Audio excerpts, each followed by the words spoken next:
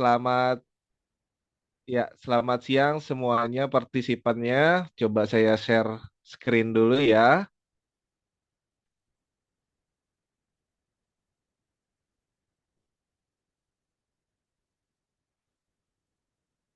Oke, udah kelihatan semuanya ya. Sudah, Bang. Oke, selamat eh, siang dan teman-teman tadi ada yang minta disapa ya. Tadi Mbak siapa ya? Dari Tadi Mantau Bucin ya. benar, Bang. Mau Terus disapa, Bang. halo. Jadi siang ini kita punya tema itu konten, konsisten, konversi, dan sosial sosial media sebagai mesin UMKM. Jadi kontennya itu kita produce atau kita produksi dengan niat yang konsisten untuk membuat konten dengan harapan nanti konversinya bisa berakhir di sales semuanya. Eh, dan sosial media yang gratis ini bisa kita gunakan sebagai mesin eh, pembuat revenue ya untuk UMKM gitu. Jadi eh, ini yang saya akan share berdasarkan pengalaman saya dari beberapa tahun kebelakangan menghandle beberapa brand di Balikpapan. Dan juga ini mungkin aplikasinya juga saya buat untuk di Makan Balikpapan. Jadi 2022 sampai sekarang pun tiap hari alhamdulillah masih konsisten untuk posting video di Makan Balikpapan gitu. Mungkin teman-teman bisa lihat updatean terakhir masih tadi pagi ya gitu. Oke, kita lanjut ya. Nah, di hari ini kita akan ngomongin ada kalau di apa ya di film itu ada namanya chapter 3 babak. Nah, kalau di siang hari ini kita akan membahas di chapter 3,5 babak. Yang pertama kita jelas akan bahas kontennya ya. Kontennya itu dengan judul mulai aja dulu. Nanti apa yang akan kita bahas, nanti kita akan bahas lebih lanjut. Yang kedua ada konsisten. Nah, gimana caranya teman-teman UMKM ini atau owner-owner atau siapapun yang berkecimpung di bidang UMKM khususnya F&B ini bisa tetap konsisten posting tiap hari atau tidak kehabisan ide. Itu nanti kita bahas di konten pilar. Nah, konten pilar itu apa? Nah, nanti kita bahas ya. Nah, kemudian bagaimana kita mengkonversinya itu menjadi sales itu dengan hook. Ya, hooknya itu apa? Ya, itu nanti kita bakal bahas juga di belakang. Yang terakhir ada setengah babak, yaitu branding sosial media. Jadi di zaman sekarang ternyata butuh juga teman-teman UMKM atau teman-teman para owner itu juga branding di sosial media. Coba nanti kita bahas lebih lanjutnya di slide selanjutnya. Dan juga nanti kalau misalnya ini ada beberapa contoh studi kasus yang akan Bang Pan jabarkan. Kalau misalnya ada pertanyaan, boleh ditanya aja langsung. Oke? Nah, next kita perkenalan dulu. Tadi juga udah sempat disebutkan ya sama Mbak Reida. Nama saya aslinya adalah Wahyu Aurora, tapi orang sering memanggil Bang Pan. Sebenarnya Bang Pan itu bukan abang apa ya, tapi Abang Mapan, singkatan dari Makan Balikpapan. Nah, Bang karena kepanjangan ya, Mapan, Bang Mapan tuh kan agak panjang ya. Jadi lebih mudahnya kita panggil Bang Pan. Jadi dulu saya seorang videografer, sampai sekarang juga masih videografi yang hobi makan gitu. Eh, Suka belajar kuliner juga, mulai dari trik masak, resep, sampai bagaimana memasarkan sebuah makanan itu ke halayak ramai atau ke masyarakat. Nah, bulan Maret 2022 itu saya mulai bangun Instagram Makan Balikpapan. Memang tidak mulai dari nol, tapi mulai dari followers 4.000 dan sekarang eh sudah di angka 57 kalau nggak salah, 57.000. Dan akun TikTok makan Balikpapan. Nah, kalau akun TikTok ini mulai dari nol, sekarang udah di 64 ribuan apa 63 ribuan gitu. Jadi, dan selain foodies atau saya sebagai food content creator, saya juga sebagai social media manager untuk beberapa brand F&B di Balikpapan. Ada beberapa brand yang kita handle untuk postingan di sosial medianya gitu. Oke, kita lanjut. Masih semangat ya? Kita lanjut. Nah, bosku, Ini ini contoh dia nih yang videonya. kalian tanyain dari kemarin. Libur insya Allah kada ada. Kan ada Kada jualan terus ya, gas, gas terus gas pokoknya. terus pokoknya. Nah, pesanan Bang Pan udah datang. Ini yang best seller nih, ayam bakar sama ikan nila bakar nih. Ini pertama kalinya Bang Pan cobain dan ini Bang Pan suka loh ini, bosku. Mantap ini. Wow, ayamnya gede banget nih. Kita cocol sambalnya nih. Kita cobain. Nah, jadi dia sepaket itu udah sama sambal, sama urapnya juga. Tempe tahunya juga dapat nih, bosku. Nah, sambalnya ini pedasnya sedang aja, bosku. Masih bisa Bang Pan nikmatin.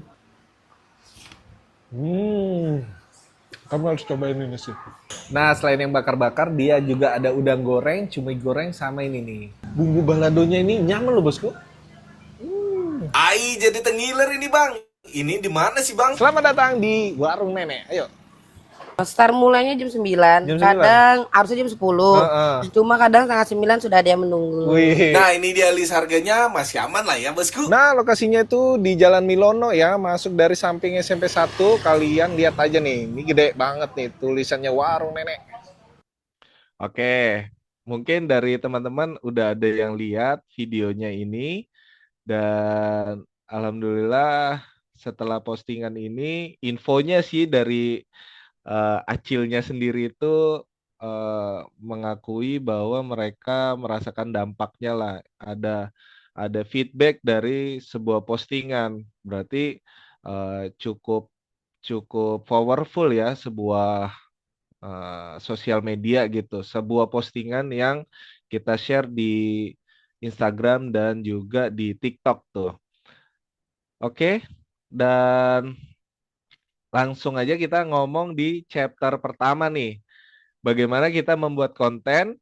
Ya jelas kita harus mulai aja dulu. Mulai aja dulunya itu gimana sih Bang gitu. Tapi mau mulai dari mana? Mau mulai dari apa? Atau dari teman-teman masih masih bingung nih. Sebenarnya sosial media di atau Instagram atau di TikTok itu bagaimana sih caranya untuk bisa survive atau bisa bisa dilihat sama orang gitu ya. Yang pertama kita mulai aja dulu. Jangan pernah takut atau khawatir kalau konten pertama itu pasti jelek.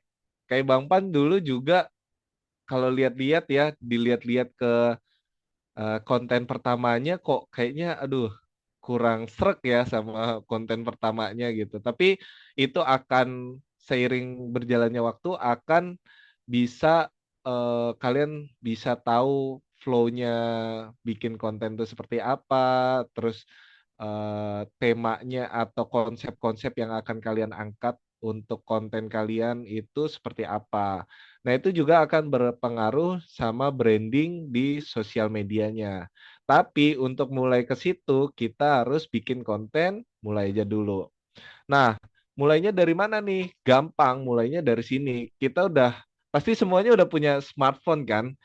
Jadi handphone apa aja pasti ada fitur kameranya. Nah, itu udah modal utama, modal awal buat kita bikin konten ya di sosial media.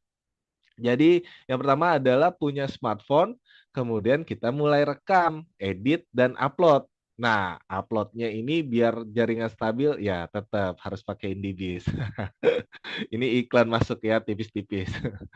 Oke, terus kita membuat konten dan upload di sosmed. Mungkin kalau tutorial ngeditnya atau tutorial ngerekamnya itu udah banyak banget di TikTok atau di YouTube ya untuk teman-teman bisa pelajari lebih dalam. Mungkin nanti dari Indibis bisa lah bikin kelas lebih mendalam tentang ngeditnya atau cara teknis merekam dan juga nanti bisa juga kita bahas tentang bagaimana cara settingan uploadnya gitu ya. Tapi untuk memulainya kita harus punya smartphone dulu, ada fitur kamera, rekam, edit, dan upload ya. Oke, kemudian dari sini teman-teman bisa banyak-banyakin lihat referensi di internet untuk bagaimana coba pilih satu konten yang kalian suka dan coba ikuti konten itu dengan sama persis gitu. Nanti dari situ kalian bisa tahu bagaimana cara membuatnya dan juga cara yang sesuai dengan eh, apa ya karakter kalian gitu. Karakter kalian kalau nggak bisa ngomong di depan kamera, ya kayak Bang Pan nih nggak bisa ngomong di depan kamera ya nggak terlalu lancar. Jadi eh, ngerekam dulu, baru tuh main voice over. Nah itu triknya Bang Pan. Kalau teman-teman ada juga pernah lihat video yang orang ngomong langsung, itu memang orangnya bisa ngomong di depan kamera dan juga mereka tahu eh, apa yang mau diomongin di depan kamera gitu. Jadi ini mulainya dari simple aja, punya smartphone dan kita mulai bikin konten. Nah, kemudian isinya apa aja sih? Yang paling umum itu paling general adalah adanya informasi, adanya kita ngomongin caranya, cara ke sana, cara pesannya, cara makannya, itu yang kita bahas di konten itu. Atau kita bahas di produknya. Produknya itu apa aja sih? Contoh misalnya Bang Pan punya apa ya, booth kebab gitu ya. Booth kebab itu isi produknya apa aja? Oh, ada kebab, ada shawarma, ada mungkin karena Bang Pan suka makanan Timur Tengah, bikin burger yang ala Turki gitu ya. Jadi itu bisa dimasukin di dalam konten. Informasi itu banyak banget juga yang bisa kita angkat. Informasi mulai dari eh, alamat, terus apa namanya, informasi harganya itu bisa kita angkat di situ.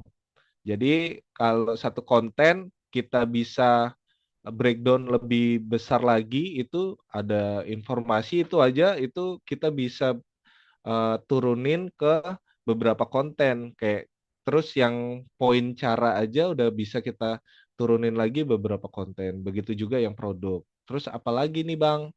Nah, yang kedua chapternya adalah konsisten bikin konten. Nah, ini kan tantangannya buat teman-teman yang hmm, owner UMKM atau yang eh,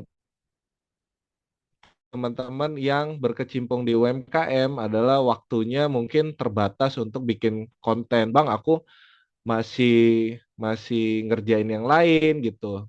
Bagaimana ya mau bikin konten sedangkan kita harus konsisten. Nah, ada namanya caranya itu eh kita menggunakan konten pilar selain kita bikin konten itu dijadwalkan sehari-hari. Jadi kayak udah tugas sehari-hari gitu. Atau kalau misalnya bisanya cuma Jumat, Sabtu, Minggu, itu kita sangat bagus banget bisa gunakan namanya konten pilar gitu. Nah, konten pilar itu apa sih, Bang? Nah, konten pilar itu adalah kita membagi membagi isi sosial media kita atau yang kita posting itu menjadi 3 bagian. Yang pertama informasi, edukasi atau cara. Yang kedua itu POV. Yang ketiga itu entertainment.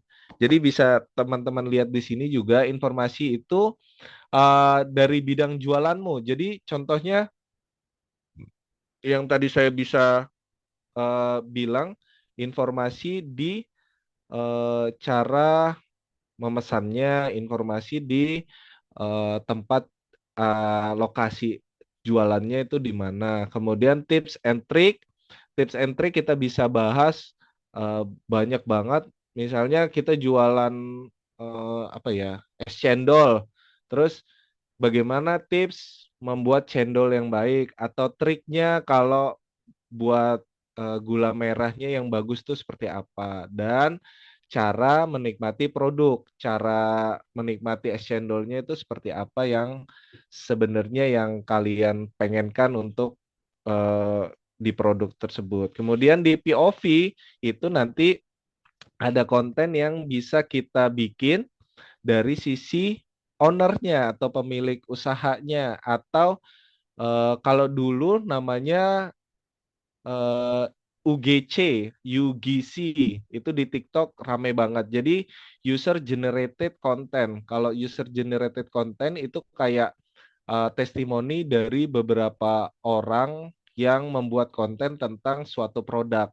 Nah, kalau di UMKM itu user generated kontennya itu biasanya dari orang-orang selain foodies. Kalau kita kan masuknya di endorse ya, atau diundang untuk melakukan review. Tapi ada beberapa teman-teman yang melakukan review itu dengan senang hati, atau itu kita sebut dengan UGC. Tapi sekarang gesernya ke employee generated content, jadi EGC. Nah, employee itu termasuk juga di owner gitu. Bagaimana kehidupan sehari-harinya sebagai owner sebuah usaha, atau kalau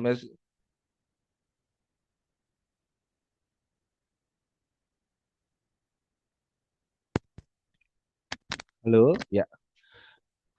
Atau dari sisi owner itu eh, bagaimana dia kesehariannya sebagai pemilik, atau kalau dari sisi employee atau yang eh, karyawannya di situ, bagaimana dia kesehariannya di situ. Misalnya ada kita bikin EGC di coffee shop ya. Jadi misalnya ada seorang barista yang bekerja di mana ya? Misalnya di Kopi 5 gitu ya. Kopi 5 dia sehari-hari itu ngapain aja sih gitu di Kopi 5 itu, dari bikin espresso, ngeracik kopinya dan lain sebagainya. Orang mungkin kalau kita lihat kontennya memang dia tidak belilah Kopi 5 gitu, enggak ngomong kayak gitu. Cuman dari situ orang bisa lihat, oh ternyata ada brand namanya Kopi 5 loh gitu. Ini salah satu baristanya dan mereka jadi penasaran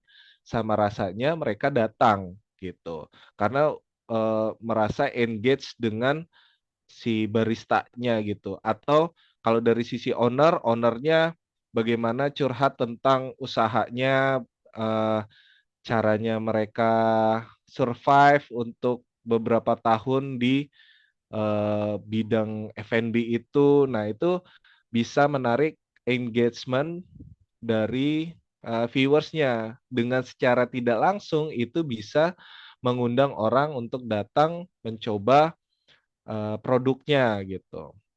Itu dari POV aja. Nah, kalau entertainment itu kita ngikutin tren yang lagi viral. Misalnya kalau yang sekarang ada aura farming ya. Jadi misalnya eh, ownernya bikin yang itu ala-ala pacu jalur, atau beberapa tren yang eh, muncul di sosmed itu bisa diikutin. Jadi biasanya orang, atau ini persenannya bisa disesuaikan dengan keinginan mana yang lebih nyaman, tapi umumnya generalnya itu orang bikin 50% di informasi edukasi, terus ada 30 atau 40% di POV, sudut pandang sebagai owner, dan juga 10% atau 20% di entertainment, ikut tren yang lagi viral. Ini bisa diaplikasikan ke semua jenis usaha sosmed.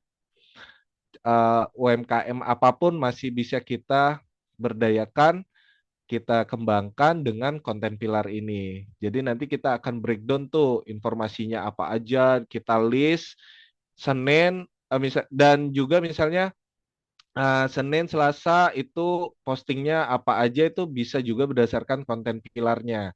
Bayangin aja misalnya target kita sebulan itu 15 kali posting ya. Kalau kita tidak pakai konten pilar, bingung nanti di hari ke-10 udah atau ke hari 15 ke postingan ke-15 tuh udah bingung mau bahas apa ya. Makanya kita butuh konten pilar gitu. Di di dan ini juga bisa membantu teman-teman yang waktunya terbatas. Misalnya di Jumat, Sabtu, Minggu dengan kita nyusun konten pilar, kita udah tahu nih mau bikin konten apa aja. Jadi waktunya lebih efisien dan tinggal ngedit aja. Misalnya Jumat kita udah stok semua apa namanya? Kita stok semua videonya gitu, ambil tag videonya, di Sabtu kita bisa ngedit, Sabtu Minggu, Senin udah bisa posting lagi gitu. Ini yang bisa saya share untuk di konten pilar. Ini ada studi Produk kasus. utama yang gue jual gagal, bahkan bikin gue hampir nyerah. Awalnya gue bikin lele bumbu kuning, bentuknya masih utuh, pakai kepala, tapi ada yang komplain, bau amis dan gak nyaman makannya. Akhirnya gue mutusin buat dengerin semua feedback. Gue buang kepalanya, gue perbaiki pengolahannya, gue cari cara biar gak bau amis sama sekali. Sekarang lele bumbu kuning ini malah jadi salah satu produk yang paling banyak diorder. Tapi semua itu gara-gara gue pernah gagal. Kadang produk gagal itu bukan akhir, tapi pintu buat kita jadi lebih baik. Nah, ini tadi konten pilar yang pertama ya. Kita contoh videonya edukasi atau informasi. Dan juga kadang owner UMKM itu agak malu ya. Aduh Bang, aku ini baru belajar bisnis, belum bertahun-tahun di bisnis F&B, tapi kok mau ngedukasi orang tuh seperti apa sih gitu. Ya ini contohnya, dia ngedukasi kita dari kegagalan. Jadi belajar dari pengalamannya aja gitu. Yang kita share adalah pengalaman. Syukur-syukur nanti di kolom komentar banyak interaksi yang akan terjadi. Maksudnya mereka akan kasih masukan-masukan dan juga misalnya ada juga yang pelanggan yang tadi ya ada feedback dia dikasih tahu bahwa produknya amis atau geli kalau makan lele ada kepalanya itu jadi malah bisa jadi konten. Nah, kalau gini kita bisa tahu Mas Mustaki Maskur ini seorang penjual ikan lele dan kita akan penasaran brand lelenya ini apa sih gitu ya. Dan kita jadi mau ikutan nyoba juga. Nah, itu powerfulnya dari sebuah konten edukasi yang sebenarnya dari tadi kita kan uh, tidak mendengar, beli dong ikan leleku, nggak ada ngomong kayak gitu ya dengan hard selling gitu, enggak. Dia cuma cerita bagaimana dia gagal bikin lele yang di press seperti itu, ternyata tidak semudah itu gitu. Ada kendala-kendala dan itu menjadi produknya dia menjadi lebih kuat gitu. Dan kita jadi kepo sama produknya. Itu yang pertama, contoh video edukasi atau informasi. Nah, next ada lagi studi kasus atau contoh video ya yang relate sama konten pilar yang tadi kita udah bahas. Day in my life, spill kekurangan usaha ayam cabai hijau Mas Ari. Hari ini gue mau sharing 3 kekurangan usaha ayam cabai hijau. Yang pertama adalah jukut goreng. Awalnya ya gue pengen ayam cajo ini ada jukut goreng supaya beda dari yang lain. Ternyata ayam cajo rame banget dan di Jakarta jukut goreng itu susah. Sampai gue harus pakai supplier dan biayanya bengkak. Pengeluaran 1 bulan jukut goreng itu di total sampai 21 juta. Kekurangan yang kedua, dari total 700 potong ayam yang gue jual, pasti gue nemuin 2-3 ayam kalau digoreng dalamnya masih ada darah. Kalau kalian ada saran bisa komen di bawah dong. Kekurangan yang ketiga, gue nggak expect ternyata ayam cajo serame ini dan gue agak sulit cari orang yang buat kerja. Kalau kalian punya saudara atau temen yang mau jaga booth, dan gue juga lagi cari orang yang bisa bikin konten tentang makanan, bisa kirim CV-nya ke DM TikTok gue. Oh ya, domisilinya di daerah Cibubur dan Ciracas saja ya. Buat kalian yang pengen cobain ayam cabai hijau dan sambal tempong, bisa datang ke Gor Popki Cibubur atau di Ciracas depan PT Monde. Dan kalau kalian mau nanya tentang ayam cabai hijau, bisa komen di bawah. Bye-bye. Oke, nah itu satu juga contoh video A Day in My Life, tapi dia cukup nge-branding dirinya sebagai pemilik ayam cabai hijau. Dan dia agak sombong juga dengan menyebutkan, aku beli jukut aja udah habis 21 juta, gimana omsetku gitu. Bayangin juga dia mention juga di situ 700 ayam potong sehari. Kita kebayang ya ramenya gimana. Padahal sebenarnya dia bilang di awal ini video A Day in My Life gitu ya. Cuman endingnya adalah bagaimana dia nge-branding dirinya Septian Ari ini sebagai ownernya ayam cabai hijau Mas Ari gitu. Nah, dari situ orang juga bisa melihat bahwa usahanya itu cukup laris dan juga orang jadi penasaran seenak apa sih ayamnya sampai 700 potong per hari itu, atau seenak apa sih jukut gorengnya itu yang menghabiskan 21 juta sebulan itu. Nah, sampai dia nyari juga dia sampai nyari karyawan lagi nih gitu. Serame apa sih? Kalau saya jadi penasaran nih seperti apa sih gitu. Nah, cuman nanti dibalut sama gambar-gambar Produk Day in my life, spill kekurangan usaha ayam cabai hijau Mas Ari. Hari ini gue mau sharing 3 kekurangan usaha ayam cabai hijau. Yang pertama adalah jukut goreng. Awalnya ya gue pengen ayam cabai. Nah, ini juga Day in my life, spill kekurangan usaha ayam cabai hijau Mas Ari. Hari ini. Nah, yang next ada ini POV sebagai owner dari sebuah bakery pastry gitu ya. Coba kita lihat ya.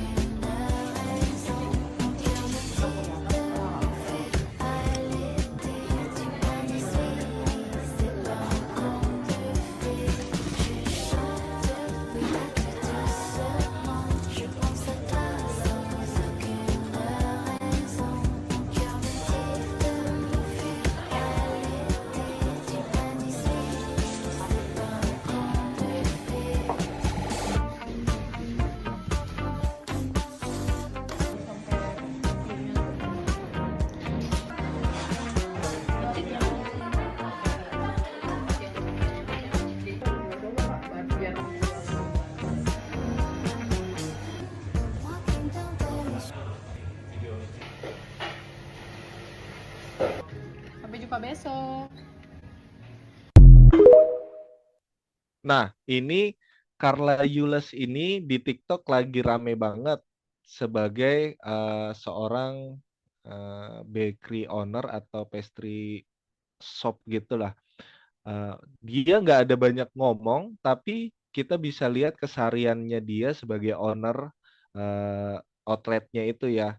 Dan kita jadi penasaran juga, balik lagi ya, lagi-lagi kita penasaran sama bakery house-nya itu seperti apa sih. Seramai itu jam 12.30 udah rush hour tuh. Dan coba kita di bakery owner.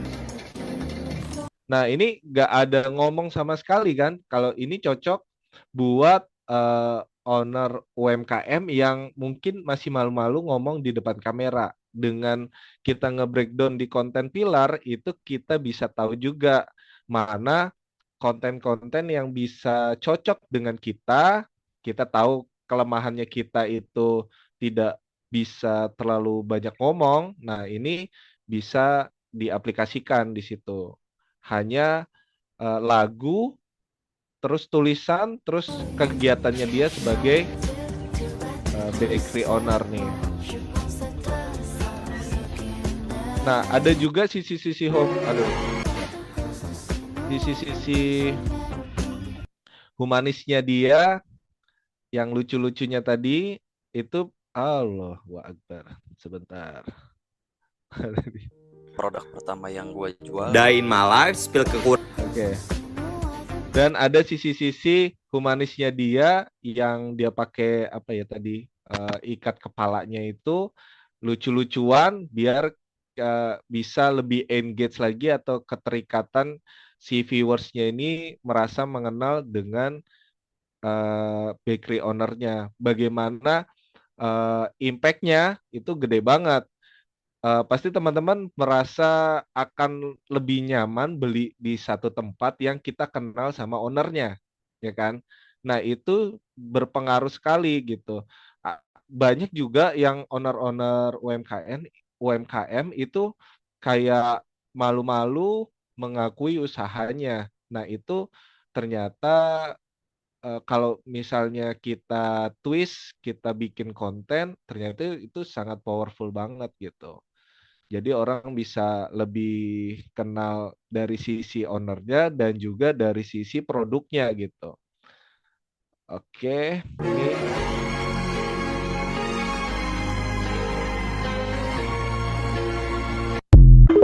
nah, ini videonya cuma beberapa detik aja ikut tren yang waktu itu berkembang, tapi cukup bisa menarik perhatian. Jadi kita bisa tahu, oh ternyata ada namanya Lentera Eatery Pastry.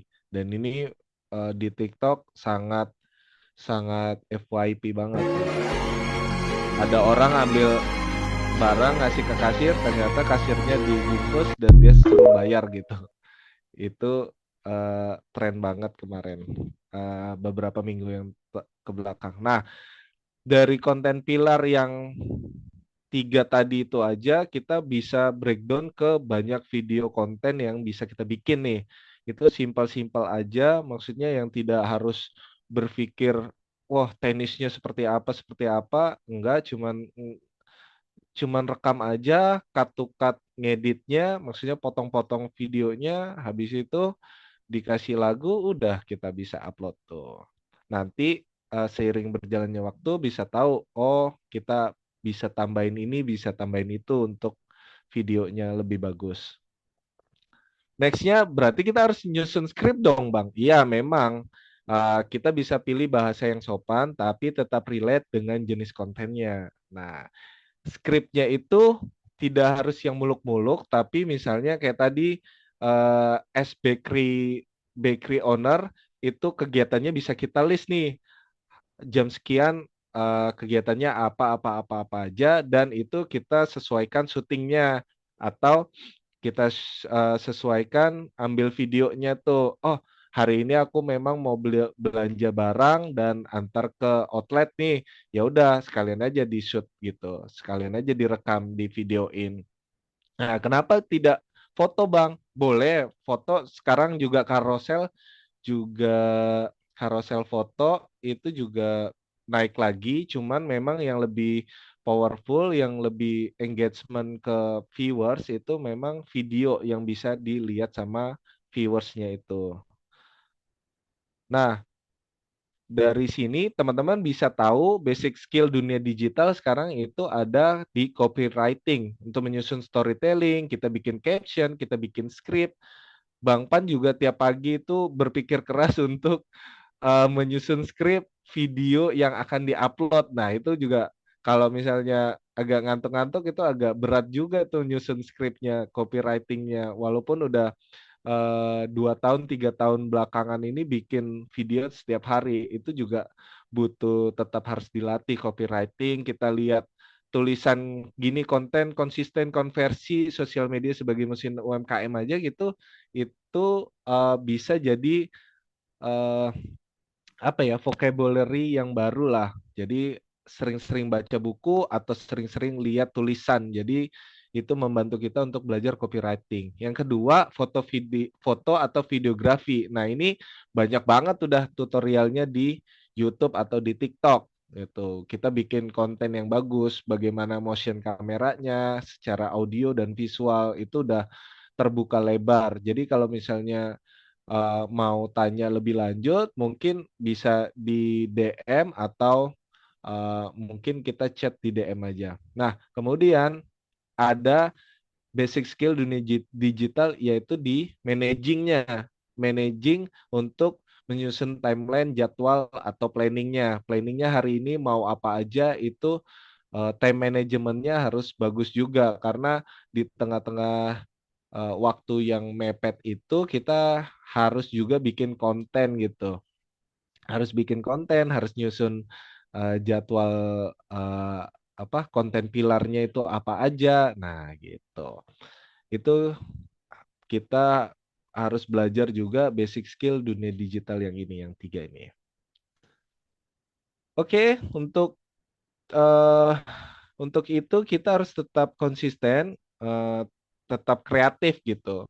Sebenarnya tidak perlu kadang kita gini, kadang kita itu terlalu overthinking, memikirkan konten yang bagus tuh gimana sih gitu. Padahal yang dibutuhkan adalah konsistensi kalian upload setiap hari gitu. Kita tidak tahu di video keberapa videonya kita itu akan pecah telur gitu. Kayak Bang Pan video ke mungkin ada ke-15 atau ke-20 gitu baru yang pecah banget sampai FYP di Kalimantan Timur gitu dan itu titik awalnya Bang Pan bisa naik gitu.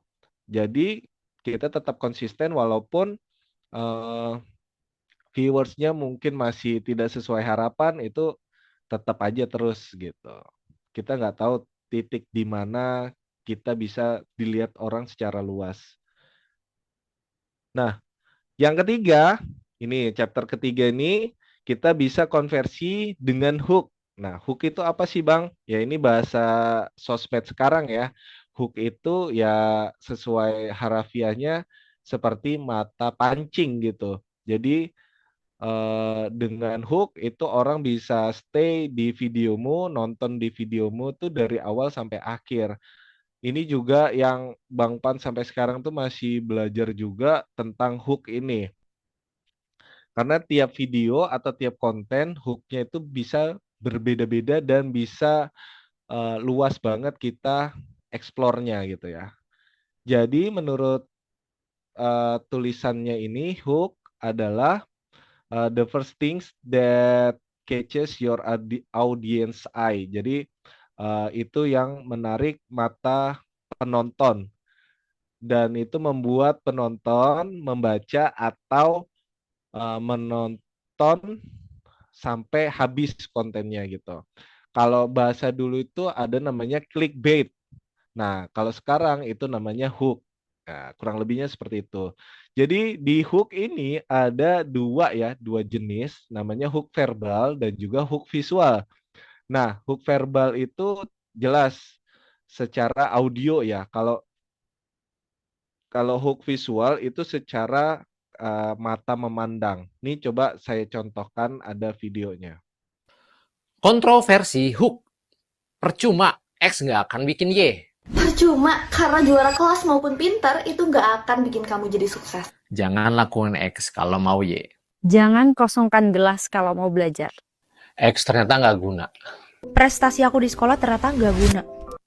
Mau dapat hook tiap hari, follow biar ketinggalan. Nah, itu dia tadi ada 3 hook audio yang bisa dipakai untuk semua jenis konten.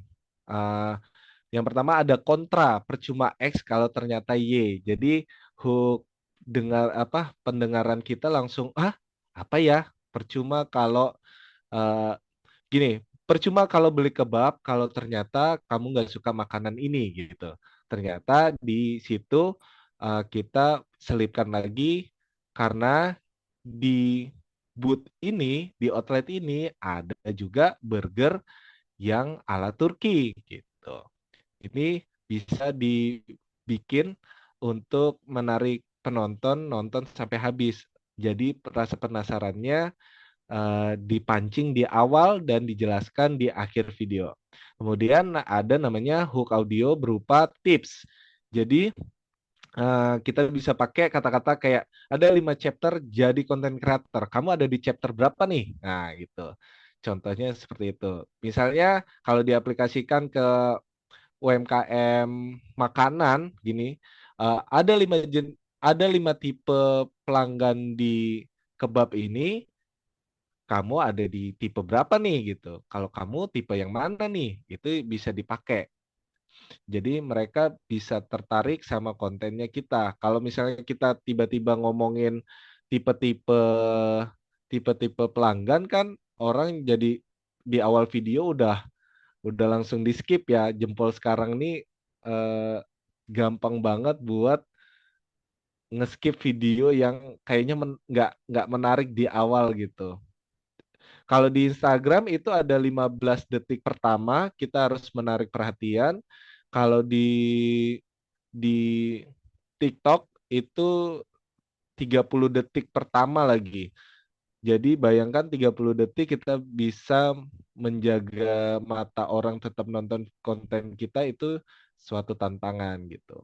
Nah, kalau bisa melewati 15 detik atau 30 detik eh, selanjutnya itu nanti biasanya dari platformnya akan di di apa ya namanya? Di elevate disiarkan lebih luas lagi gitu. Nah, yang ketiga ada plot twist. Gak nyangka di dalam gang begini ada yang jual makanan enak gitu. Ini dipakai foodies-foodies untuk tempat makanan yang memang underrated, maksudnya tidak di jalan besar gitu atau dia bootnya ada di jalan kampung di agak masuk-masuk. Nah, ini bisa jadi hook di sini.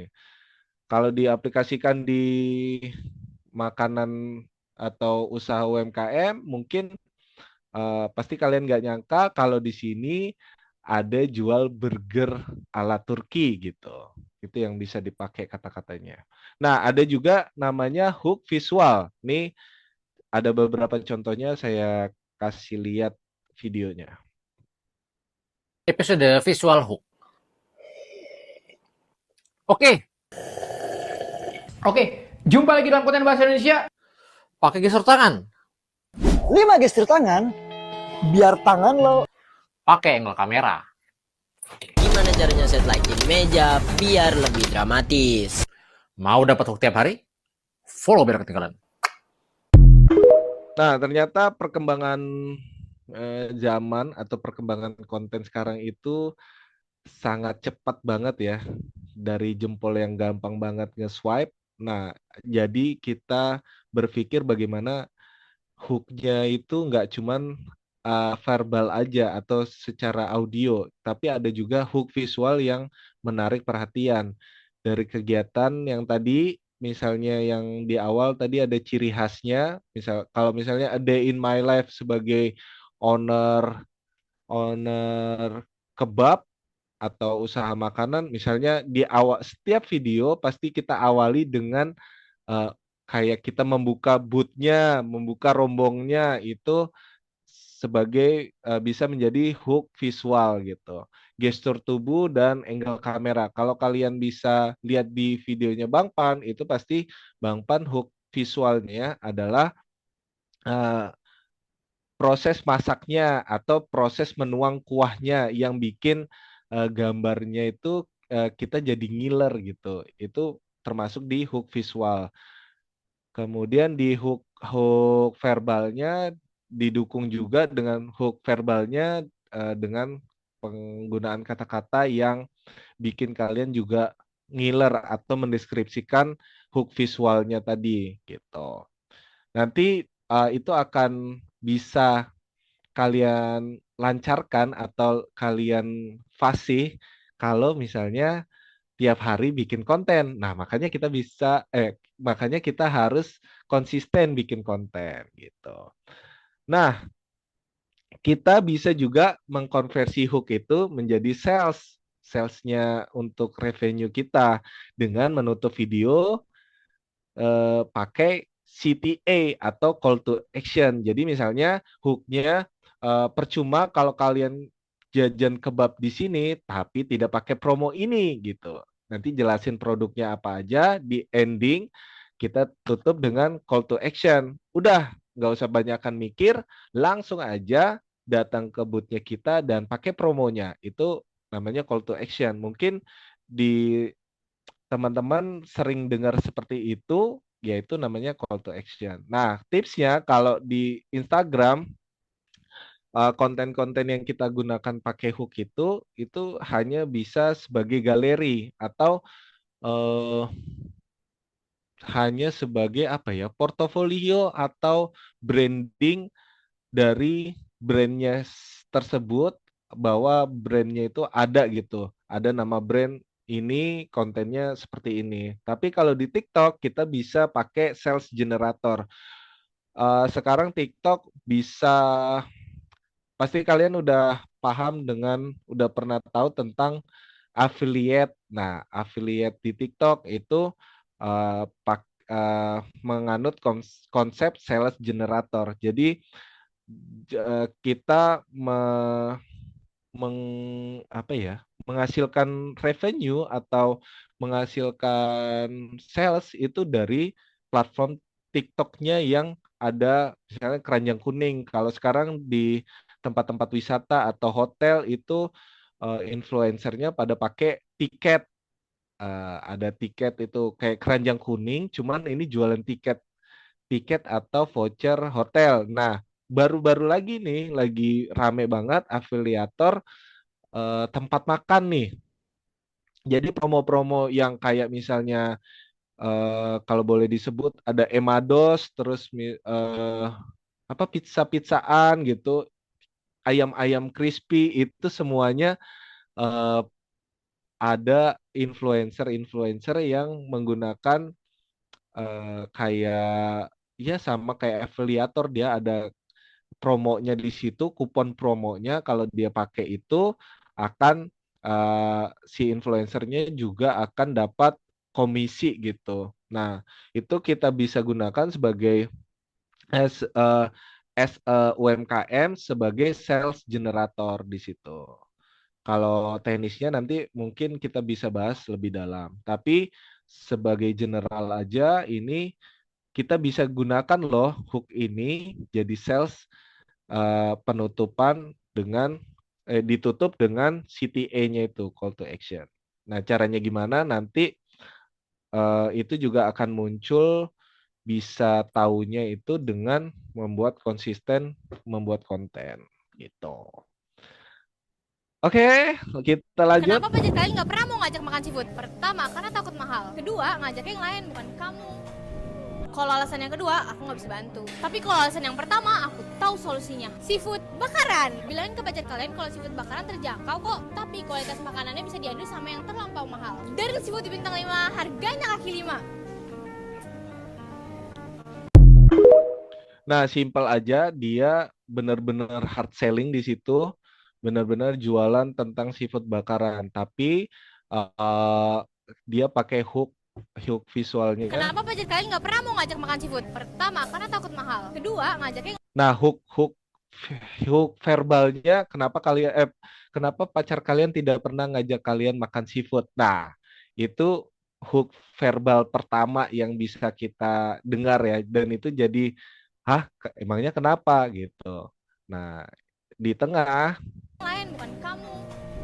Kalau alasan yang kedua, aku nggak bisa bantu. Tapi diselipin dengan humor-humor atau komedi, kemudian kalau alasan yang pertama, aku tahu solusinya. Seafood bakaran. Bilangin ke budget. Tuh, dia menawarkan solusi. Jadi hook diselipin sama komedi, di endingnya ada eh, sales, dia kata hard selling di situ, kemudian ada call to actionnya. Call to actionnya ini bilangin ke pacar kalian gitu. Kalian kalau seafood bakaran terjangkau kok, tapi kualitas makanannya bisa diadu sama yang terlampau mahal. Dari seafood di bintang 5, harganya kaki 5. Nah,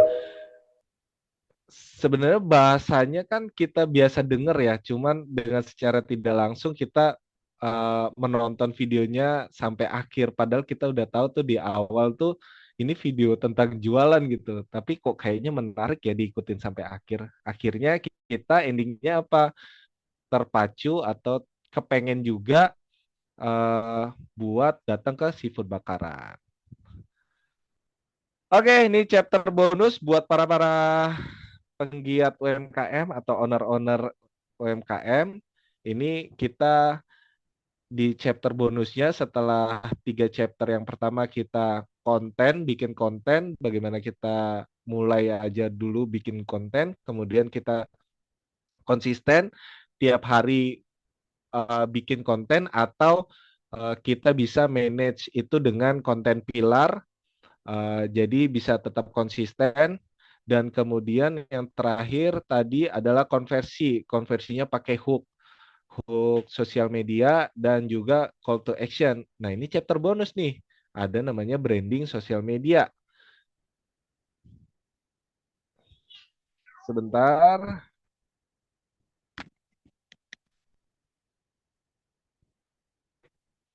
Nah, chapter bonus branding sosial media ini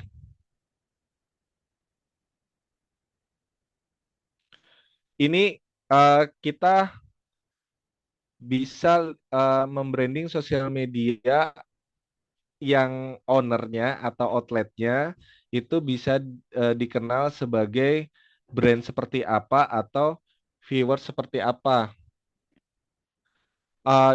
Dikenal di sosial media sebagai apa? Kalau misalnya kita sebagai owner UMKM, owner yang seperti apa? Ceria kah? Atau yang berwibawa kah? Ada juga di TikTok itu ownernya Sate Ratu yang muncul terus di TikTok, itu dia mengangkat brandingan yang berwibawa.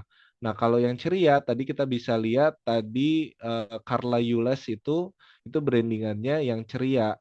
Dia tidak posting di akunnya Mongsimnya atau bakery house-nya, tapi dia posting di dia pribadi. Nah, itu bisa dikoneksikan ya. Nah, kemudian itu juga bisa sebagai identitas kita. Kalau kalian lihat, teman-teman lihat di sosmednya Bang Pan, ini udah kelihatan lah Bang Pan identitasnya apa nih? Pakai kacamata yang pertama, yang kedua pasti pakai topi gitu, dan kebanyakan bajunya putih. Nah, itu sebagai ciri khas atau identitas. Branding di sosial media bisa diatur sebagaimana pengennya kita orang mengenal kita sebagai apa. Nah, kemudian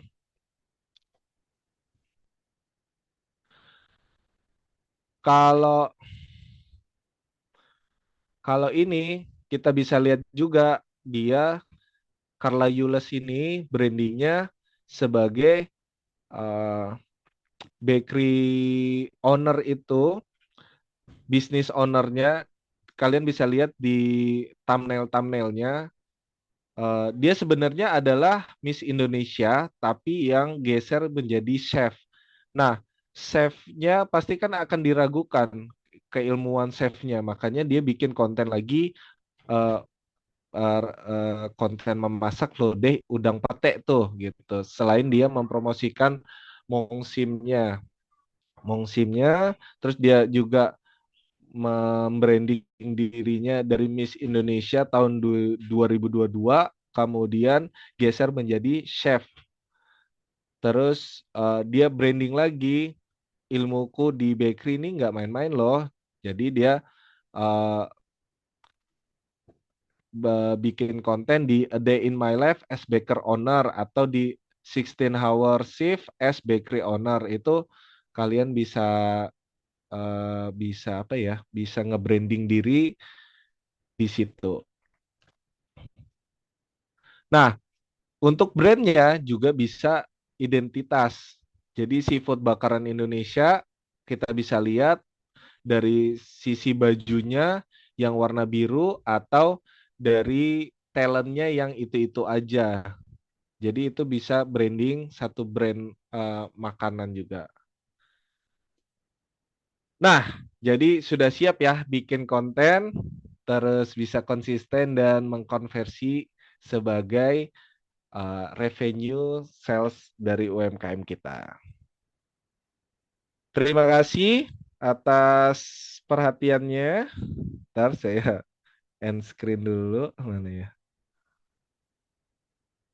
Oke, terima kasih teman-teman udah memperhatikan dan misalnya ada pertanyaan, nanti kita bisa lanjut ya Mbak Raida untuk sesi tanya jawab. Terima kasih. Sama-sama Bang Pan. Wah, menarik banget nih pemaparan dari Bang Pan. Benar-benar jelas buat teman-teman yang mau belajar. Nah, aku kasih kesempatan nih buat teman-teman yang mau bertanya pada sesi kali ini. Aku utamakan dulu buat teman-teman yang raise hand, yang mau bertanya langsung ke Bang Pan. Ini bisa banget kalau teman-teman yang mau raise hand. Oke, udah banyak juga yang raise hand ya. Jadi aku akan pilih teman-teman yang raise hand yang mau bertanya langsung ke Bang Pan. Oke, aku pilih ya teman-teman. Mungkin ini dari yang open cam dulu dari Kak Wahyu Firmansyah nih. Mungkin Kak Wahyu mau bertanya langsung dengan Bang Pan, dipersilahkan. Baik, Halo, Mas Wahyu. apakah suara saya terdengar? Sangat terdengar jelas. Baik, Sama-sama Wahyu ini ya berarti. Betul, betul. sama-sama Wahyu. Sebelumnya salam kenal Bang Pan, saya Wahyu Firmansyah, biasa dipanggil Wahyu. Saya juga baru belajar jadi konten kreator. Nama kontennya sendiri tuh Instagramnya adalah Luar Zona. Jadi itu Bang Pan, saya itu pengen bertanya soal ketika kita membuat konten, itu perlukah kita memperhatikan untuk jam unggah? Karena seringkali tuh saya mendapati kayak ada beberapa jam-jam tertentu yang sebaiknya jangan diunggah dan ada jam-jam tertentu yang kita harus menguploadnya. Nah, apakah itu memang benar adanya? Karena juga masih simpang siur kabar apakah itu benar atau tidaknya. Kemudian yang kedua, lebih penting mana dalam membuat konten, lebih kuantitas atau kualitas video tersebut? Dikarenakan konsisten itu penting, namun konsistennya itu apakah setiap hari atau kayak seminggu sekali ataupun 2 kali seperti itu Bang Pan? Mungkin itu pertanyaan saya. Terima kasih.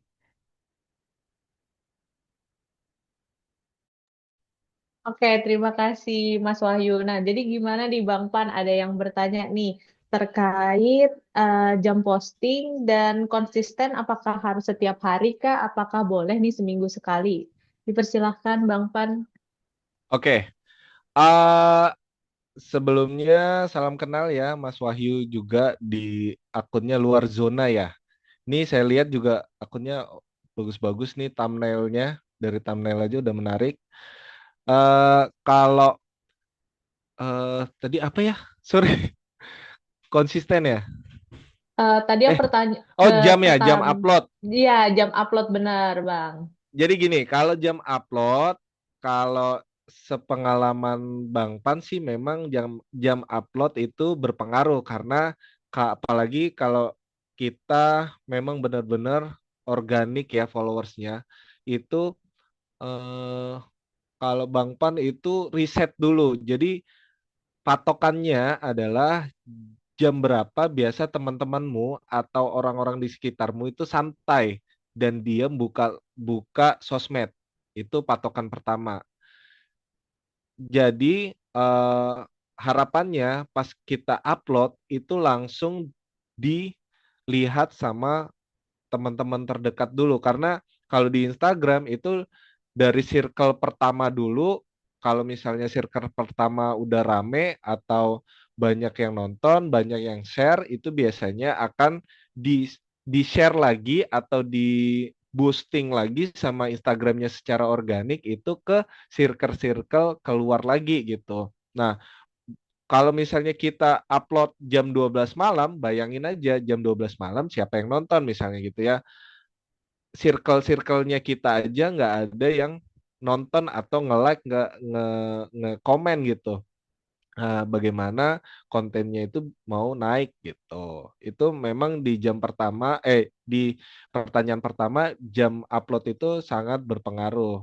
Tapi jam berapanya itu tiap akun itu beda-beda gitu. Nggak bisa dihantam rata, misalnya jam 7 pagi atau ada yang jam 5 sore baru rame gitu. Itu harus di reset. Jadi kalau Bang Pan dulu itu seminggu itu acak aja nguploadnya, acak di jam berapa yang kira-kira kontennya itu bisa naik ya, maksudnya bisa rame yang nonton, viewsnya di atas rata-rata. Nah, misalnya ya jam 11 siang nih atau jam 12 siang nih yang kontennya rame, kemudian kita coba konsisten di jam 12 itu kita upload. Nah, kita bisa lihat rata views-nya itu berapa dan misalnya likes-nya berapa gitu. Kalau mau riset lagi ya misalnya di 6 sore gitu. 6 sore kita upload. Misalnya tidak sebagus yang jam 12, berarti jam 12 tuh yang peak hour-nya kita begitu. Kemudian eh, penting mana quantity atau quality. Nah, kalau sejauh ini Bang Pan maksimal itu di satu video atau 2 video per hari. Eh, Kalau misalnya kuantitinya di lebih dari 2 video per hari, itu biasanya orang udah bosen ngelihatnya.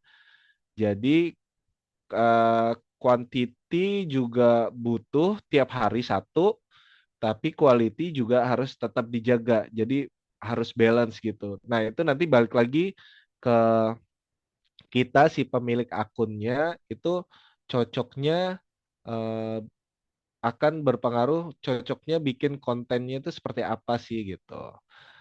Nah, kalau ditanya quality atau quantity ya harus balance karena gini, kalau zaman sekarang itu kita tidak upload sehari itu banyak banget udah yang akun-akun lain yang ngupload juga gitu. Jadi kayak ketelan gitu. Kalau misalnya seminggu nggak upload, biasanya kalau di Bang Pan itu views-nya malah drop. Jadi tetap harus konsisten 1 hari 1 gitu. Begitu Mas Wahyu dari luar zona. Terima kasih, Mas. Siap, sama-sama. Oke, terima kasih Bang Pan udah menjawab pertanyaannya dengan baik. Oke, selanjutnya buat pertanyaan selanjutnya mungkin dari Kak Ripka Adelia nih yang mau bertanya udah raise hand dari tadi. Silakan Kak Ripka. Oke, terima kasih Kak atas kesempatannya. Terima kasih atas pemaparan yang sangat membuka wawasan saya, Bang. Nah, di era sekarang, Bang, persaingan UMKM kan terasa seperti survival of the fittest. Yang arti itu siapa yang mampu beradaptasi dengan cepat, dia yang bertahan dan memenangkan pelanggan. Namun kan Bang, faktanya itu banyak UMKM terjebak mengejar angka follower, padahal tidak selalu berbanding lurus dengan penjualan dan kepercayaan pelanggan. Nah, di sisi lain itu kan Bang, UMKM yang offline ini banyak yang gulung tikar karena pergeseran belanja yang online. UMKM kota juga sibuk menciptakan konten kreatif, sementara UMKM yang di pelosok-pelosok sana itu masih berjuang dengan akses teknologi dan literasi digital dengan tren global dan munculnya AI yang makin masif. Yang jadi pertanyaan saya, Bang, menurut Abang nih, bagaimana cara kami pelaku UMKM memiliki modal jalan, promosi lancar, strategi cerdas UMKM naik kelas? Nah, menurut Abang itu juga bagaimana cara kami konkret bagi UMKM pemula maupun yang sudah berjalan untuk memanfaatkan AI bukan hanya untuk efisiensi dan menambah follower, tetapi juga mengubah follower itu menjadi pelanggan setia kami, Bang, menjaga keunikan cerita lokal, membangun kedekatan emosional, dan tetap unggul dalam persaingan pasar nasional bahkan internasional gitu, Bang. Terima kasih, Bang. Sama-sama Kak Rifka. Jadi pertanyaannya berarti mengenai bagaimana cara memanfaatkan AI untuk mendapatkan follower banyak dan akhirnya menjadi konversi menjadi penjualan gitu ya Kak ya. Secara singkatnya seperti itu Kak, benar? Eh, bukan bagaimana cara mendapatkan follower, Kak, tapi bagaimana nih memanfaatkan AI bukan hanya untuk efisiensi dan nambah follower, Kak, tapi Juga menjadikan pelanggan berpengaruh itu pada sales gitu iya, ya. iya Oke. Bang. Karena kan banyak nih UMKM-UMKM ini hanya mengejar followernya aja, tapi ada Benar. yang UMKM-nya followernya sedikit, tapi pelanggannya tetap setia Bang, gitu. Oke, Oke. terima kasih Kak Rifka Oke, atas sudah pertanyaannya. ya. Silakan Bang. Oke, bagus banget nih pertanyaannya. Memang kebanyakan mungkin owner itu apa ya, tersilaukan dengan angka followers yang banyak. Padahal tidak selalu angka followers itu bisa terkonversi menjadi sales gitu. Yang pasti, yang pertama adalah produknya harus bagus dulu gitu. Kalau produknya tidak bagus, walaupun nanti setelah viral atau banyak orang tahu, orang nyobain, mereka pada kecewa gitu. Itu yang membuat customer loyal atau customer balik lagi beli di situ. Produknya dulu yang pertama. Nah, setelah produknya oke punya nih atau diterima pasar, baru kita bisa mainkan AI atau teknologi yang lain.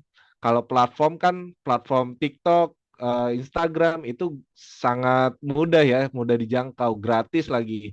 Sekarang pun kalau misalnya live live di TikTok kita jualan itu sangat berpengaruh sama eh, salesnya kita juga gitu sebagai UMKM. Nah, yang pertama tadi harus produknya dulu. Yang kedua, penggunaan AI itu bisa kita gunakan sebagai memudahkan kita untuk mendapatkan foto produk atau video produk yang bagus gitu dengan tidak mengeluarkan banyak biaya untuk meng-hire videographer atau fotografer pakai prompt tertentu. Kan kita udah pernah lihat juga ya, banyak juga teman-teman lihat di sosmed yang berseliweran itu AI digunakan untuk membuat foto produk yang pakai handphone aja itu jadi lebih bagus. Nah, itu bisa kita gunakan sebagai galeri di Instagram atau portofolio di Instagram.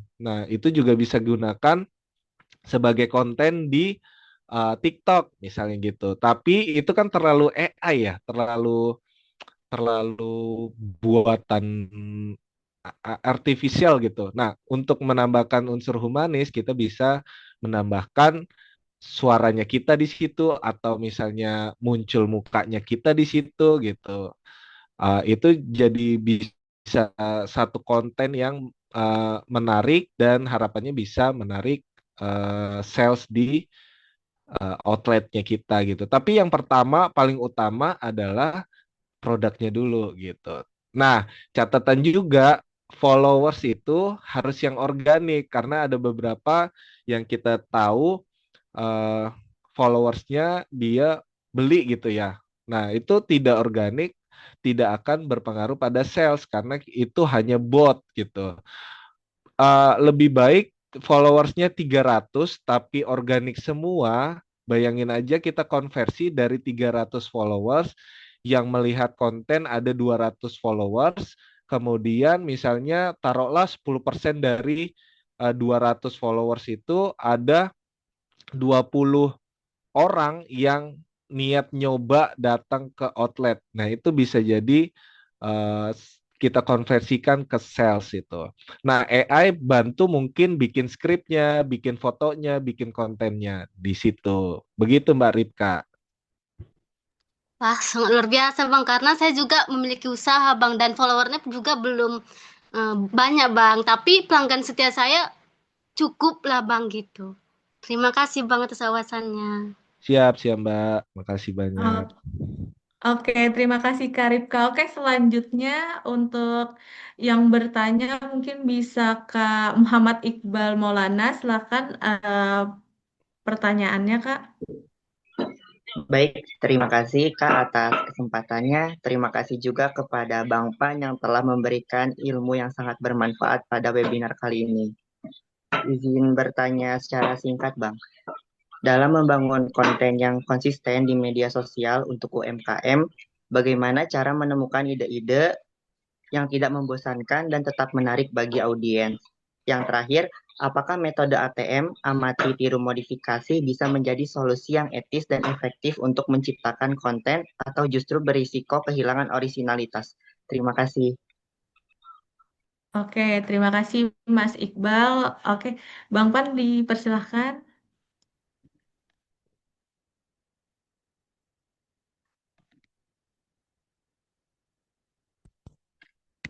Halo, suaranya kedengaran ya? Terdengar Bang, Oke. terdengar. Ah, gimana tidak membosankan gitu ya. Makanya tadi kita bahas tentang konten pilar. Konten pilar itu ada 3 yang bisa di breakdown. Pertama yang tadi informasi, edukasi, kemudian a day in my life, dan juga sama entertainment atau yang ngikut yang tren lagi boomingnya sekarang gitu. Nah, itu kalau misalnya kita jabarin itu sebenarnya banyak konten yang bisa kita explore. Kemudian banyak-banyak kita lihat referensi di TikTok atau di Instagram, itu banyak-banyak referensi. Bagaimana kita bisa menonjol sendiri di tengah konten yang mungkin terlihatnya seragam ya, itu makanya ada metode yang ATM ini, amati, tiru, modifikasi. Kita harus modifikasi juga di mungkin dari appearance-nya kita, tampilannya kita bikin unik. Misalnya dari contoh aja nih Bang Pan, dari sekian banyak video makanan yang bisa kita lihat perbedaannya adalah Bang Pan pasti pakai kacamata dan pakai topi gitu kalau di setiap bikin video. Nah, itu bisa jadi ciri khasnya. Nah, bagaimana kita nemuin ciri khasnya adalah yaitu tadi kita konsisten bikin kontennya itu. Nanti akan berasa kok ATM ATM-nya ini atau amati tiru modifikasinya ini akan bakal kita bisa twist sedikit lah kalau misalnya eh apa ya, kalau kita eh modifikasi misalnya tampilannya atau nada bahasanya itu bisa berbeda dari konten yang lain, dan itu berisiko kehilangan orisinalitas. Nah, kalau orisinalitas kayaknya dari sosoknya tidak bisa tergantikan deh. Makanya tetap orisinil dengan modifikasi-modifikasi konten yang kita lakukan. Di sosmed itu juga nggak ada konten orisinil. Jadi semuanya adalah meniru atau mengamati dari konten sebelumnya gitu. Itu namanya referensi gitu. Begitu. Jadi jangan takut dibilang tidak orisinil, karena kalau sama persis pun itu ada sosok atau ada orangnya yang humanis ini sebagai pembedanya, dan itu menjadi orisinilnya kita gitu. Begitu Mas Muhammad Iqbal ya. Baik, terima kasih Bang atas ilmu dan penjelasannya. Oke. Oke, selanjutnya kita yang mau bertanya lagi ada dari Kak Tridila dari Aceh. Mungkin bisa Kak, silahkan kalau ingin bertanya. Baik, terima kasih sebelumnya. Apakah suara saya sudah terdengar jelas, Kak? Sudah Kak. Baik, terima kasih atas kesempatannya. Sebelumnya perkenalkan, nama saya Tridila Usma, asal saya dari Aceh. Saya ucapkan terima kasih banyak kepada Bang Pan atas penyampaian materinya yang hari ini super full daging, kemudian juga full insightful dan bermanfaat bagi kami semua. Di sini izinkan saya Bang mau menanyakan pertanyaan terkait seputar materi pada hari ini. Yang pertama, menurut Bang Pan sendiri, bagaimana strategi efektif bagi UMKM ataupun seorang pebisnis seperti generasi muda atau Gen Z agar terus meningkatkan bisnis yang dikelolanya itu secara konsisten karena masih banyak UMKM saat ini itu Bang nggak konsisten sekali dalam menjalankan bisnis gitu. Pengen semua itu serba cepat, instan begitu dan punya banyak mindset yang negatif seperti perasaan insecure karena persaingan ketat yang saat ini melanda. Dan juga pertanyaan yang keduanya, menurut Bang Pan, bagaimana cara kami nih sebagai pebisnis dapat memaksimalkan potensi dari pengguna media sosial untuk dapat mengembangkan personal branding supaya dapat meningkatkan peluang segmentasi pasar dan meningkatkan loyalitas pelanggan semakin terjaga sustainable atau keberlanjutannya, Bang. Sekian pertanyaan dari saya ucapkan terima kasih. Sama-sama Kak Tridila. Nah, gimana Bang Pan untuk bisa konsisten nih Bang? Yang pertama tadi konsisten dengan sebagai Jadi Gen Z. Iya Bang, jadi konsisten dari generasi muda atau Gen Z saat ini supaya ngilangin rasa mindset negatif, insecure, supaya terus konsisten dan grow mindsetnya lagi Bang. Konsisten jualan dan bagaimana bisa grow ya. Iya Bang, benar. Sebagai Gen Z. Oke, yang kedua tadi bagaimana caranya bikin customer loyal ya? Iya Bang, untuk bagaimana cara strategi efektif mengembangkan dari peranan sosial media supaya dapat meningkatkan peluang segmentasi pasar dan loyalitas pelanggan terjaga untuk meningkatkan sustainable atau keberlanjutan bisnis Bang. Aku catat dulu.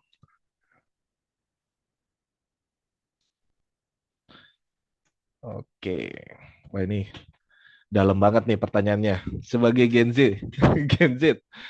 Nah, jadi business owner yang kebanyakan memang, apalagi yang UMKM yang dalam tanda kutip mereka dalam tahap mencoba atau itu usaha pertamanya, itu memang kekurangannya atau tantangannya adalah konsistensi karena mereka belum lihat hasilnya di awal gitu.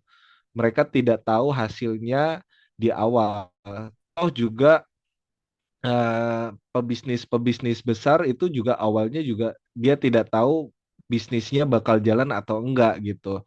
Nah, sebenarnya mindsetnya yang dipakai adalah makanya kebanyakan pebisnis itu mulai dari apa yang dia suka gitu. Kalau kalian misalnya Gen Z ini mulainya dari apa yang lagi rame orang jual, itu kayaknya trennya berakhir, ya berakhir juga jualannya gitu.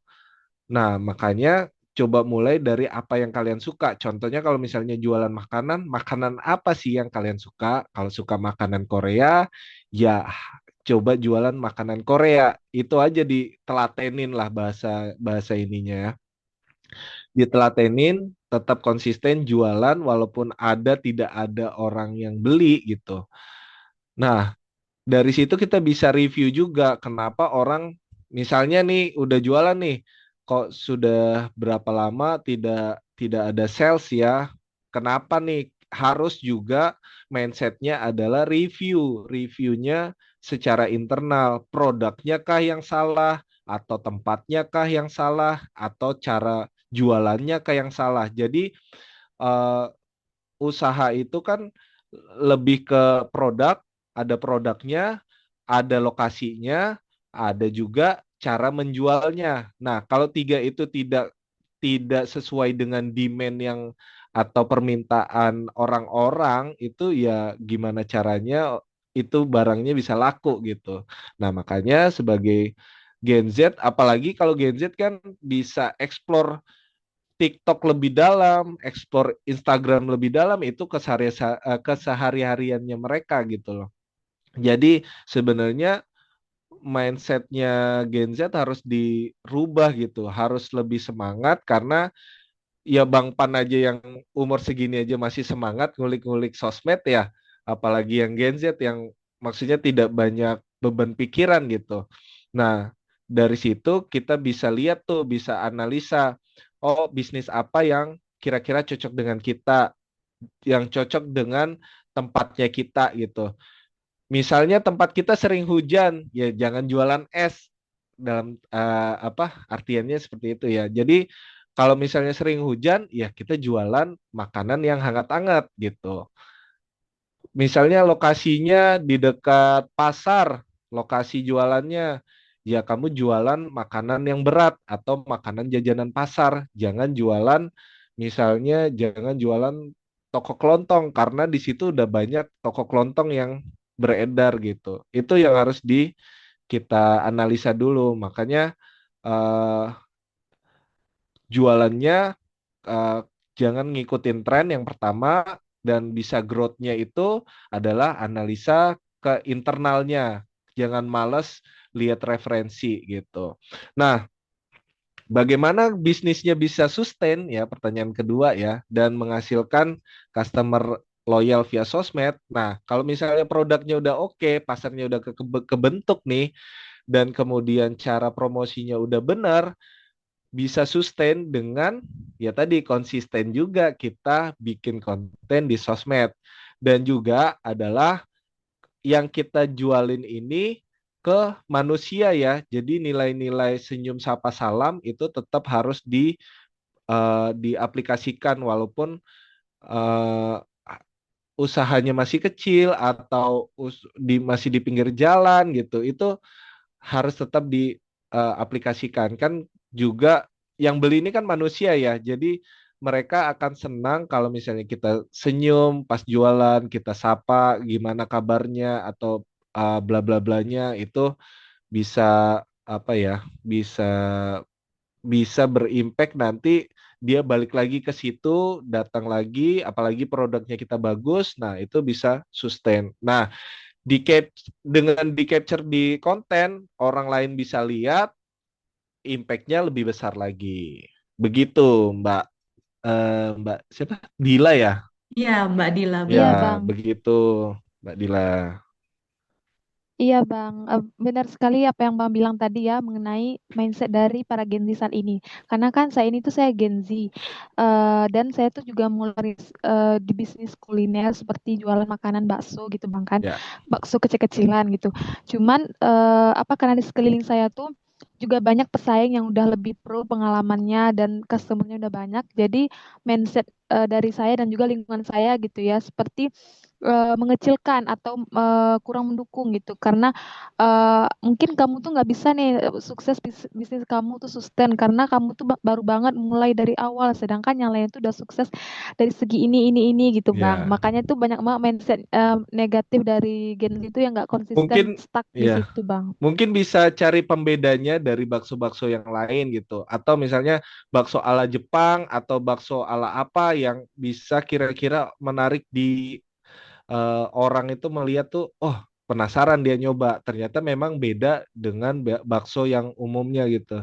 Orang mengecilkan atau orang yang menganggap remeh itu biasanya belum melihat hasil karena belum di titik itu misalnya gitu ya. Bang Pan juga dulu awal-awal ngonten juga diremehin. Maksudnya emang bisa hidup dari sosmed misalnya gitu ya.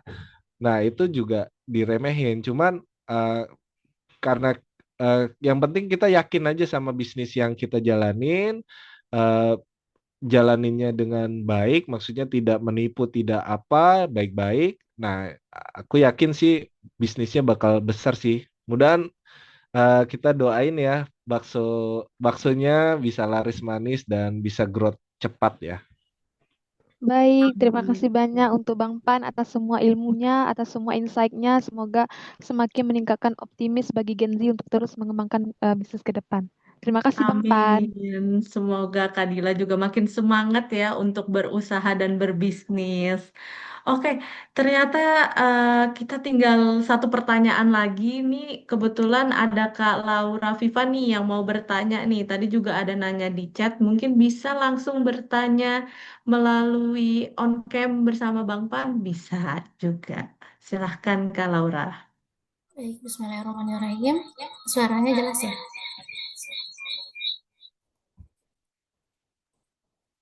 Ya, soalnya sedang azan di sini. Eh, Sebentar.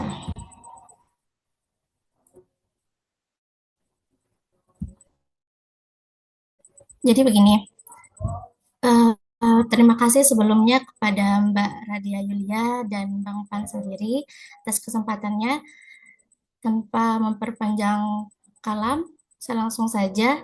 Jadi saya ini adalah seorang konten kreator pemula yang mana saya tentunya dalam proses ini tuh sering mengalami jatuh bangun ya, futur seperti itu. Jadi alhamdulillah 1 bulan berjalan ini konten saya selalu FYP ya, FYP, dan pada akhirnya ketika saya sudah merasa akun saya ini sudah terdeteksi, akhirnya saya kekurangan rasa semangat, justru bukan meningkat ya, kekurangan rasa semangat di sini bagaimana? Ya, beberapa kali saya merasa malas untuk membuat konten lagi seperti itu. Kira-kira nih, kira-kira setelah setelah tadi saya mengatakan akun saya terdeteksi, kemudian saya ada beberapa waktu di mana saya tidak membuat konten dan pada akhirnya saya membuat lagi, apakah ada dampak tersendiri? Kemudian pertanyaan yang kedua, ketika saya sudah ada di tahap ini, di mana follower saya menginjak 10.000 followers, dan ini alhamdulillah followers saya ini adalah followers yang original ya, bukan followers yang dibeli. Eh, Apakah ada solusi dari Bang Panya sendiri mengenai step-step apa yang harus saya lakukan ke depannya sebagai konten pemula ini? Terima kasih. Oke, Oke, terima kasih Kak Laura. Mungkin Bang Pan dipersilahkan ya, menjawab pertanyaan. ya Kak Laura sebulan ini mungkin dia kontennya nge-push banget dan alhamdulillah bisa nyampe ke titik di 10.000 followers dan sering FYP, tapi malah kok kurang semangat gitu ya. Padahal harusnya semakin semangat gitu. Karena eh, usahanya itu tidak mengkhianati hasil lah gitu ya. Nah, ini kenapa? Misalnya Kalara mungkin lagi burn out. Kalau burn out itu biasanya kalau Bang Pan sendiri itu memang off sosmed. Jadi off-nya itu 1-2 hari. Karena kita konten kreator itu kan tiap hari terpapar sama informasi ya. Jadi kepalanya tuh rasanya penuh banget gitu. Dan banyak ide-ide yang kayaknya mau direalisasikan gitu. Padahal waktunya tidak cukup untuk melakukan itu semua.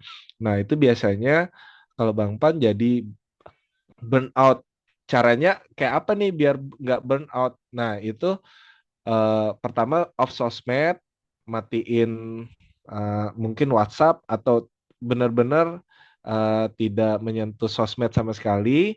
Yang kedua, lakukan hal hobinya. Misalnya nggak ada hobi, ya udah tidur aja. Benar-benar tidak mikirin apa-apa gitu. Misalnya atau bahasa sekarang apa ya, healing healing. Nah itu jalan-jalan, entah makan bakso kah ke tempatnya Mbak Dila tadi ya di Aceh itu ya, makan bakso ke sana, terus ke pantai, lihat sesuatu yang mengalihkan dari dunia sosmed gitu. Nah, nanti biasanya dari situ malah timbul semangat atau ide-ide baru untuk konten selanjutnya gitu. Kalau saya sih seperti itu. Nanti tiap orang juga beda-beda ya untuk mengatasi kebosanan. Itu sebenarnya bosan aja karena kita terlalu sering apa ya terpapar sosmed gitu. Begitu Mbak Viva, Mbak Laura. Baik, terima kasih. Lalu untuk pertanyaan kedua bagaimana ya? Yang kedua apa tadi ya? Step yang bisa saya lakukan berikutnya setelah ada di titik ini. Oh, step berikutnya adalah udah monetasi belum? Maksudnya udah mengendorsekan diri atau terima endorse gitu? Belum. Belum, tapi tawarannya udah ada ya, Mbak? Nah, itu saya sepertinya butuh ini apa namanya Oh, kayak butuh bimbingan insight. Gini, gitu. jadi brand itu akan meng-hire kalau sesuai dengan kebutuhan mereka. Coba cari kontennya berhubungan dengan apa? Maaf, Mbak Laura. Berhubungan dengan musik. Musik nanti bisa mungkin larinya ke toko-toko musik atau juga alat-alat musik yang bisa menghasilkan monetasi dari situ atau revenue dari situ. Nah, kalau misalnya Mbak Laura mungkin kalau udah bikin tentang video review alat musik bisa juga atau datang ke tempat musik itu. Biasanya konser-konser atau yang berhubungan dengan itu yang bisa membutuhkan jasa Mbak Laura gitu. Itu sebenarnya bisa kita breakdown nanti misalnya monetasinya, revenue-nya tuh dari apa aja. Bisa juga dari YouTube. YouTube kalau misalnya bisa cover atau apa ya, misalnya punya lagu sendiri itu bikin konten dari situ gitu. Di TikTok juga banyak juga konten-konten kreator yang nyanyi, mereka live, mereka monetasi monetasi revenue-nya dari live-nya itu orang kasih gift, nah itu bisa jadi duit juga begitu. Jadi biasa stepnya kalau memang udah dikenal itu monetasi, Mbak. Monetasinya itu bisa dari endorse langsung guna apa orang yang membutuhkan jasa atau dari merchandise. Mbak Laura bisa bikin merchandise misalnya apa ya yang paling simple aja misalnya kalau bisa main gitar ada picknya itu ada gambar apa gitu. Ini aku custom sendiri loh, tapi tetap harus branding dulu gitu. Branding di sosmednya harus kencang dulu. Nanti apapun produknya biasanya orang ada yang beli kok gitu. Oke, kalau kira-kira terjawab pertanyaannya semuanya? Insya Allah terjawab. Terima kasih banyak. Oke, terima kasih Kak Laura. Oke, akhirnya kita udah terjawab semua dan tapi maaf banget buat teman-teman yang bertanya di kolom chat belum bisa terbaca. Mudah-mudahan teman-teman kalau misalnya mau nanya langsung ke Bang Pan, kira-kira boleh gak Bang Pan nanya di Instagram gitu misalnya? Boleh, nanti tinggal DM aja di Instagram ya. Nah, Langsung aja teman-teman DM. udah dikasih kesempatan nih. Kalau misalnya teman-teman mau bertanya langsung, bisa langsung ke Instagramnya Bang Pan, yaitu @makan.balikpapan. Nih, teman-teman bisa langsung DM nih. Kalau misalnya pertanyaannya masih belum terjawab nih.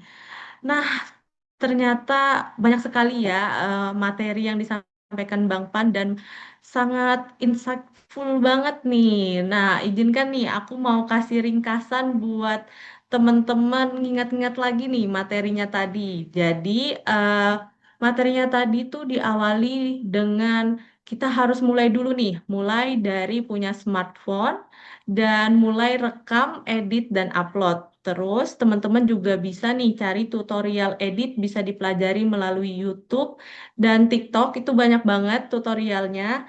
Dan teman-teman untuk terjun ke sosial media itu banyak-banyakin nih lihat referensi di internet.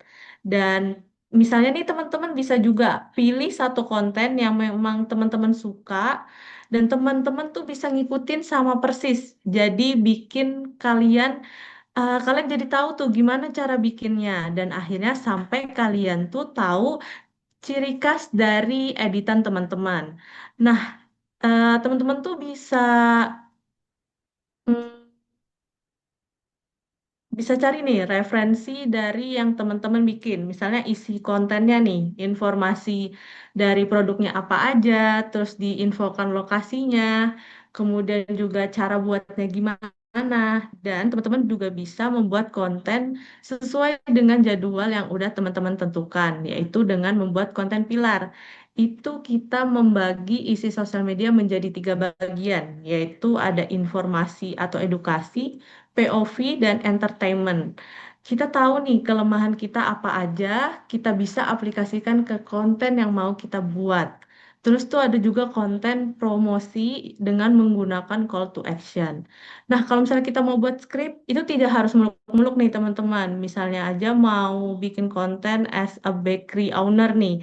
Kita list nih kegiatannya mau apa aja tanpa harus pakai suara. Atau teman-teman bisa juga menggunakan carousel yang dimana sedang trending nih di TikTok. Tapi memang engagement paling tinggi itu menggunakan video. Nah, kalau misalnya basic nih di skill di dunia digital, teman-teman tuh harus misalnya bisa copywriting. Nah, copywriting tuh apa sih? Storytelling untuk membuat skrip. Caranya biar bisa copywriting tuh gimana? Caranya adalah dengan banyak banyak membaca tulisan dan banyak membaca buku. Kemudian ada foto atau videografi nih, teman-teman membuat sebuah konten yang bagus secara visual. Terus yang terakhir, teman-teman juga bisa managing dengan menggunakan time management yang baik. Kita harus juga memaksimalkan waktu kita dengan baik. Dan pastinya teman-teman harus tetap konsisten untuk tetap kreatif. Dan gimana sih caranya konversi ke penjualan, yaitu dengan menggunakan hook. Nah, faktanya nih dari Bang Pan di Instagram, 15 detik pertama kita harus menarik nih biar engagement kita makin tinggi di Instagram. Nah, kalau untuk di TikTok sendiri, kita harus punya 30 detik pertama yang menarik nih biar di platform kita bisa, konten kita bisa disebarluaskan lebih luas lagi.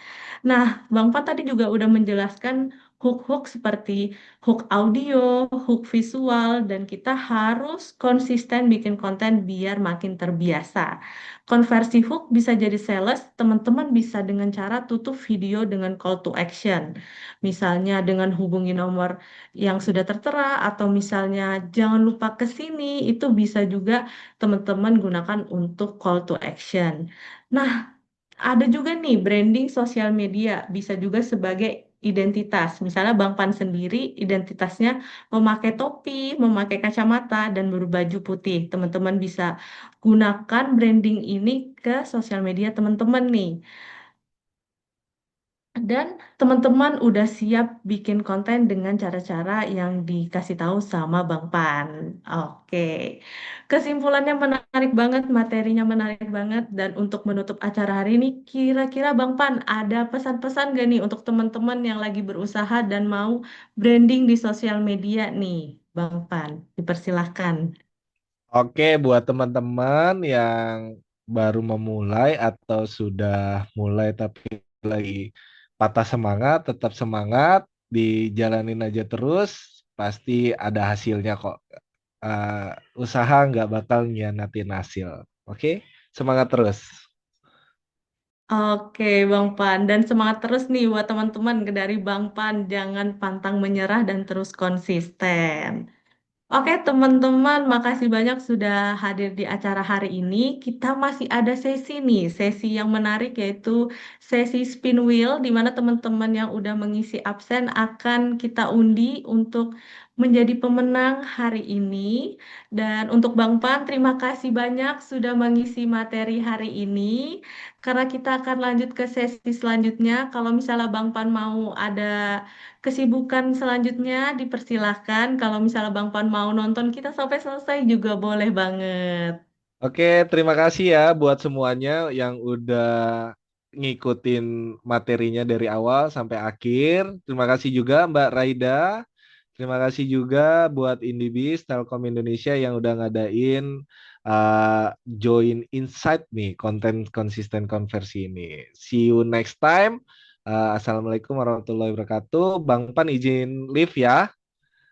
Dah, Oke, selamat Bang sore. Pan. Sampai jumpa. Sampai jumpa di lain kesempatan. Oke, teman-teman, kita akan lanjut ke sesi spin wheel. Jangan lupa teman-teman pastikan udah mengisi absen nih, karena spin wheel kali ini hanya diperuntukkan untuk teman-teman yang sudah mengisi absen. Oke nih, teman-teman bisa spin wheel sekarang. Nanti teman-teman bisa lihat siapa pemenangnya dan bisa klaim melalui Instagram @indibis.borneo. Nah, jadi kita akan ngambil 2 pemenang di spin wheel kali ini dan mudah-mudahan nama Sobis nih yang masuk. Kalau misalnya namanya ternyata orangnya belum hadir, kita akan remove nih ke teman-teman yang sudah hadir. Oke, apakah sudah terlihat nih nama-nama teman-teman? Oke, kita mulai aja Kak atau gimana nih? Kita mulai ya. Oke, kita mulai untuk ke yang pemenang pertama nih. Oke, kita lihat nama yang keluar adalah Oke, selamat buat Kak Yeni Wulandari. Apakah hadir di spin wheel kali ini? Coba Kak Yeni boleh open mic? Hadir, oh, Kak Yeninya hadir. Oke, Kak Yeninya hadir, silakan klaim melalui Instagram @indibis.borneo. Oke, selanjutnya. Oke. Selanjutnya pemenang kedua. Selamat buat Kak Yasmini. Nah, Kak Yasmini apakah hadir di sesi kali ini? Coba kita tes dulu nih, apakah hadir Kak Yasmini? Ternyata udah hadir. Oke Kak, jangan lupa klaim hadiahnya melalui Instagram @indibis.borneo. Oh, terima kasih nih teman-teman yang sudah hadir dan mengisi absen. Tapi jangan lupa nih teman-teman, ada feedback form yang teman-teman bisa isi dan berhadiah juga nih ratusan ribu rupiah. Buat teman-teman yang mengisi feedback form, teman-teman juga berhak dapatin hadiah ratusan ribu rupiah dan akan diumumkan melalui Instagram @indibis.borneo. Dan teman-teman yang sudah bertanya tadi, nanti akan kami kurasi untuk menjadi penanya terbaik dan juga akan kami umumkan melalui Instagram @indibis.borneo. Oke teman-teman, nggak terasa ya, kita sudah ada di penghujung acara. Kami ucapkan terima kasih sebesar-besarnya kepada seluruh narasumber, tamu undangan, dan tentunya peserta webinar yang telah berpartisipasi aktif dari awal hingga akhir. Sampai jumpa teman-teman di event selanjutnya. Sampai jumpa, aku akhiri. Wassalamualaikum warahmatullahi wabarakatuh. Sampai jumpa. Absennya mana, Kak?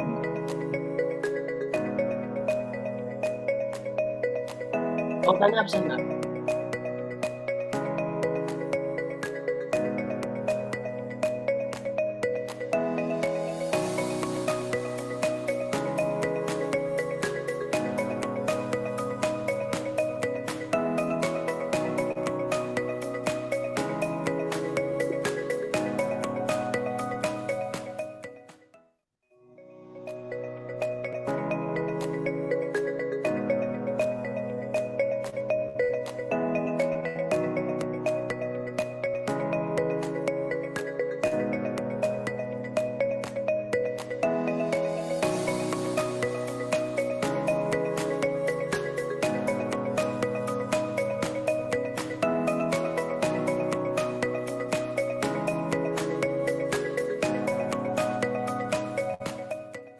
Dalam dunia bisnis, koneksi internet yang stabil dan terkelola dengan baik adalah kunci kepuasan pelanggan dan efisiensi operasional. Indibis menghadirkan Wi-Fi Managed Service, solusi pintar untuk mengelola jaringan internet bisnis Anda dengan mudah dan aman. Bangun identitas bisnis yang lebih kuat dengan Welcome Page Management. Personal